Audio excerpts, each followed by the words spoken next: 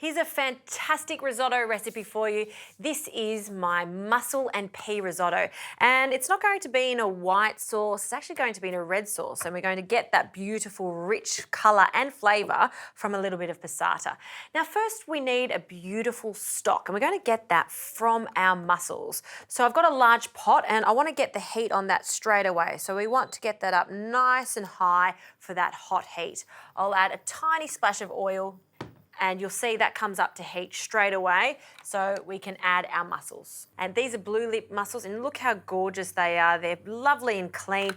You know that these mussels are fresh because when you just give them a bit of a pinch like that, they'll close automatically. Just lovely. All right, this is smoking hot, so in with our mussels. And what we're wanting is those mussels to steam open so we get that beautiful meat, but we also want all of the juices in there to create a lovely stock. So just to get this going, I love to add a splash of white wine. The rest of this wine can go into the risotto. Some bay leaves for some flavour, and just a hint of water. All right, now we'll just pop the lid on and just give them a bit of a jiggle, and we'll just let them cook for about 1 to 2 minutes or until they just start to open. Once they open, I'm going to strain this through a fine sieve so we've got that gorgeous broth, and also take the meat out of the mussels.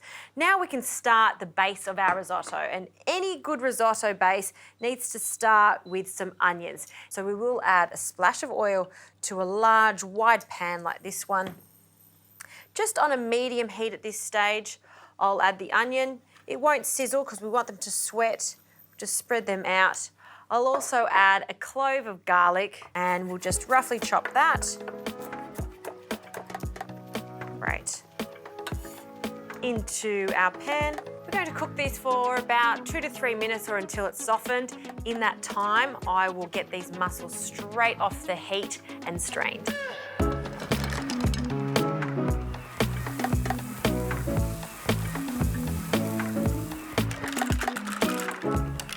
All right, the mussels have been strained. We've got a beautiful stock underneath, and these mussels, I will remove all of this meat in a moment. Look how plump and juicy they are, just perfect. But for now, just place this into another bowl, and this stock needs to be quite warm when we're making risotto, so it can go onto the heat, and we'll just put that onto a medium heat.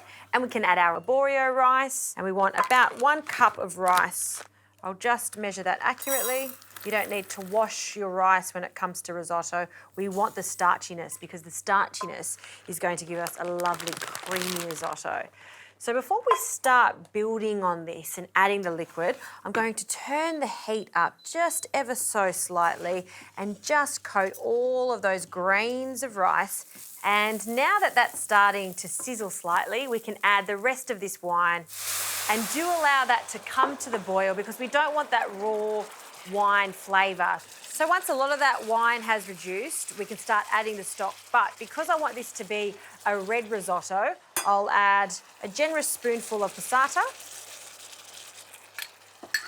and we'll just mix that in and just cook it off for a moment. I prefer to use a passata as opposed to a tomato paste because I just want it to be a subtle tomato flavour. I don't want it to be overpowering. Okay, in with our mussel stock. So ladle full at a time, we'll add the stock.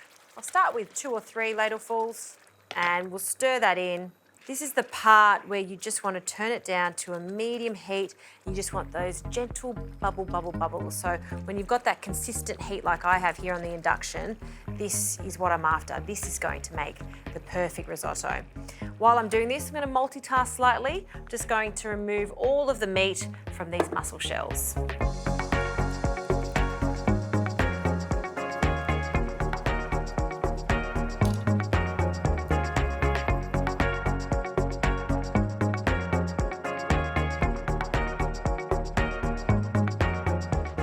This risotto is looking fantastic. It's creamy. It's still slightly liquidy, which is how I love it, because by the time we add all the other ingredients, it will thicken up.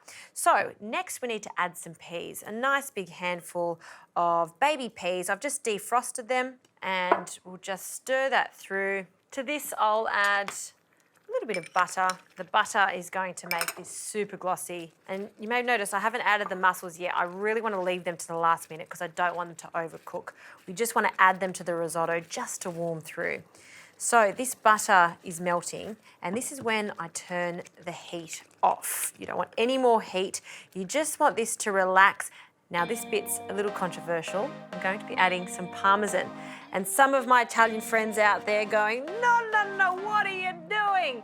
But I don't mind a little bit of Parmesan with seafood. It's not gonna taste cheesy, it's just for that extra savory flavor. So a small pinch, that's all you need, just a little bit. I also like it because it does help make that sauce glossy. So we just want to melt that slowly through with that residual heat. Okay, in with the mussels and any of those juices, and we'll just fold that through. Oh, and look at that. This is a stunning dish. All right, spoon out, and I'm going to grab a ladle to serve this up. And onto a plate. And a lot of my Italian friends, they've shown me how to do the risotto just like this, not in a bowl where it's all piled up. You want to be able to taste everything quite delicately, so you place it onto a plate and just tap around, and by doing that you get an even distribution of everything. A little more there. And that right there is a stunning risotto. Maybe some more cheese. Nah, only joking. No more cheese for this. This is simply perfect as is. If you haven't tried tomato, pea and mussel risotto, put that on your list for next time.